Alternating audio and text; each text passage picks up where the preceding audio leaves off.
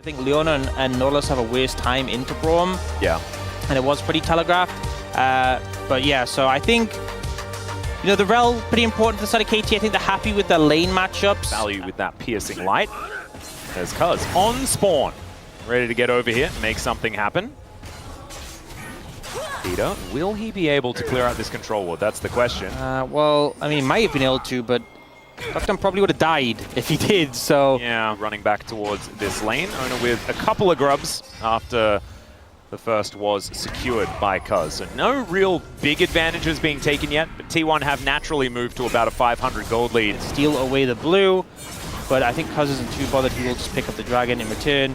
The fact that you got that one grub from the first set, you got the dragon, I think he's pretty happy with how things panned out. And it being an ocean dragon. Teams are going to be strong. And I feel like T1 right now is looking like a good moment as Faker wants to catch up and pick up Peter. Deadly Flourish doesn't find the mark though. And I think this Rel is just dead. Teleport to come in from the Rumble. There's a teleport also from the Galio that doesn't quite work out, but that Blast Cone is working out here. And Doctarm looking to try and turn this. Good knock up onto Doran there as a heroic entrance comes through. And now the taunt will set up for the 4th bullet. Doran still alive for so long as they take down the Galio. They get rid of the Viegos. Gumayusi is caught and thrown in under the turret, but they're unable to kill him. Faker is still at such high health, and BDD hits the floor. T1 walk away the huge victors in this fight, and Peter still wanting a little bit more off the back end.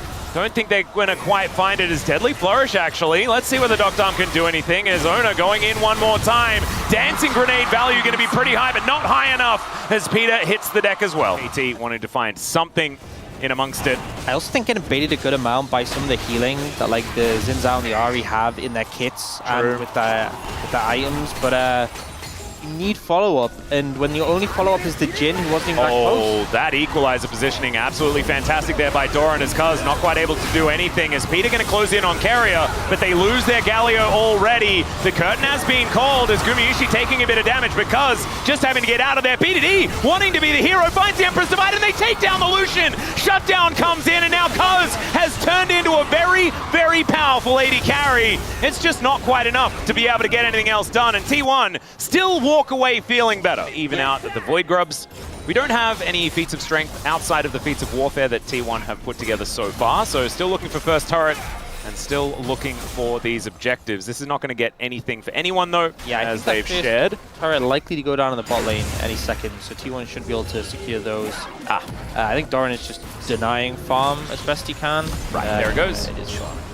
Cool new shoes now put together for T1. Is when second items start to come in for members of T1, that's when you really start to feel behind in the game. Yeah. KT still, they have a lot of wombo potential. I feel like there is some of these like big moment opportunities for a composition like this if they can get. I'm a little bit worried about the whole Hextech Soul situation. As Cuz looking for a potential gank onto Faker, but instead he just finds the entirety of T1 and dies. The Galio comes in, Gumayusi will get knocked up. Peter's alongside him, Emperor's Divide picks up Guma, but he dashes his way out. He looks like he's going to be safe as Doctarm actually flashing in to get on top of him. The equalizer does a lot of damage, but so does BDD. Faker trying to get out of there, Doctarm. He needs another bullet, but does not have it. And KT now just running for the hills. In the meantime, Owner is just destroying KT's stuff. With the Viego dead as well, you just don't have the throughput in these longer fights. Yep, Owner is now going to utilize that time spent on the bottom side to do a lot of damage here to Peter and casting. Great knock-up with the crash down from Peter. Will keep casting alive at least as Doran tanks up the turret for a long time. Cuz wanting to make his way in, waste no time as he flashes forward. This could be some resets. As Carrier puts up the door, and Cuz still looking for more, but look at that. It's the concussive blows. It is so difficult for KT to deal with. As the bullets coming on through their great dash to bait in casting from Gumayusi. Just be set up as there's a shattering strike. Okay, Owner taking a lot of damage. Heartbreaker comes forward. Cuz is now another jungler as he looks to get on top of Carrier. Great knock-up just to interrupt. And now the resets fly through. Doran, though, gets the equalizer down. BDD is going to greet him as Deadly Flourish will go wide. Look at how low these health bars are as the Otacon is looking terrifying. And that is 2.5k kills for BDD. Congratulations. It's still a really hard game. You're going to fight, but the rest of the team needs to make something happen quickly. Yep. Casting can always get in if someone does decide to go for an engage. That looks like it's going to be Peter. Let's see whether he can get the angle as Kaz going to get blocked off the equalizer. Great position to keep the Viego out as Peter is actually out of there. He steals a heal! How the heck did he even get in? He's going to withdraw as well, and I think that KT will say, Worth, you do not need to fight. You do not need to fight. You don't suffer as much if you die. Oh, really? Yeah, so I'm a little bit concerned for KT right now, but... Are you sure? Because I've seen our players play as, okay, this is looking a bit stronger. Doran is just dead. He had no equalizer, of course, so at least it's not that T1 weren't able to utilize it, but now they will be able to collect themselves the dragon, and incrementally, KT are finding little advantages to bring them back into this game. Definitely gives you a confidence boost.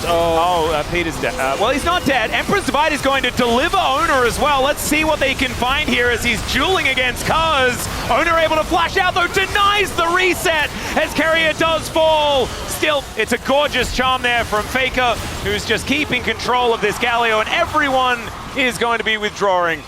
Oh no. As Faker is going in, does have another charge of the Spirit Rush, is wondering when to use it. Does find the charm here under Casting as Ona setting up for it. That is a Justice Punch as Casting trying to get himself out of there. The culling will cut him down though, and down goes BDD as well. It's a double for Gumayusi as KT trying to find some follow-up kills as the charm this time will go wide, despite the fact that Faker has been so incredibly accurate with that ability so far today. Into T1 and die!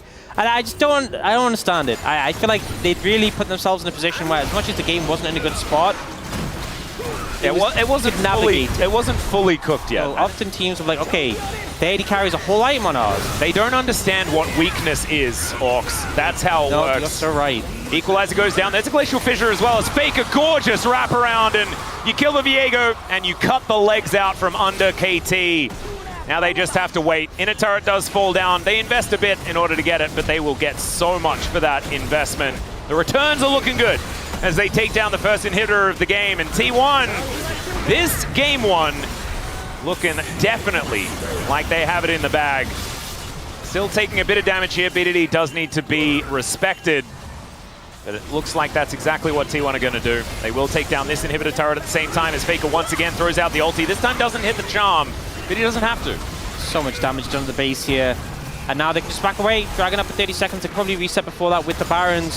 So it was all planned. You need to buy, like, okay, never mind. They are so far away from their base. And now T1 are looking to cut them down once again. Casting in an awkward spot. Magnetstorm connects onto just Faker as now Ona goes in and buys so much space. Casting able to flash his way out, but Owner is able to follow him. Doran goes golden in the nick of time as well as KT are just losing members one after the other. But BDD finding a huge shuffle. Oh, Gumayusi, my God, the damage is absurd. And BDD is still here. The Sand Soldiers are set up and he goes golden just in time. But he is the last man and BDD cannot do it alone. That's what we've been learning this whole year. And T1 will walk forward and finish off game one. I feel like some of the fights even, KT were playing pretty well, but they're just so far behind, and they just opt into every single fight. T1 cool, calm, and collected. 9-1 and 9 for Ona on this Xin Zhao. It is his best champion, and he keeps getting it every series. Nexus goes down, and T1 will be victorious in the first game. It's a best of 3. Still need to keep your heads in the game. These were some of the best highlights from today's matchup. Which moment was your favorite? Let me know in the comment section below. This is OP, and I'll see you tomorrow. Take care.